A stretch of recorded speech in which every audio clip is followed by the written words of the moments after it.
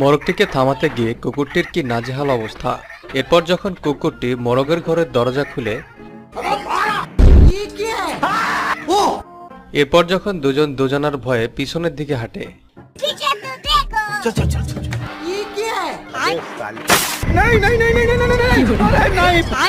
এরপর মোরগটিকে ধরার জন্য যখন বড়শি পাতা হয়, ক্লান্ত হয়ে যখন কুকুরটি আবার শুতে যাবে তখন মোরগটি আবার ডাকে। তখন কুকুরটি রেগে গিয়ে তার উপর একটি সাবান ছুঁড়ে মারে, সেটি গিলে ফেলে মোরগ। এরপর যখন ডাক দেয়,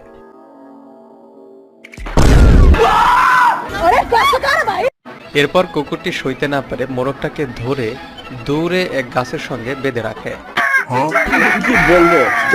এরপর মোরগটি দেখে তার ঘুমাবার সময় হয়ে গেছে। যখন সে ক্লান্ত হয়ে তার ঘরে ঘুমাতে যাবে তখন ঘটে সর্বশেষ মজার ঘটনা।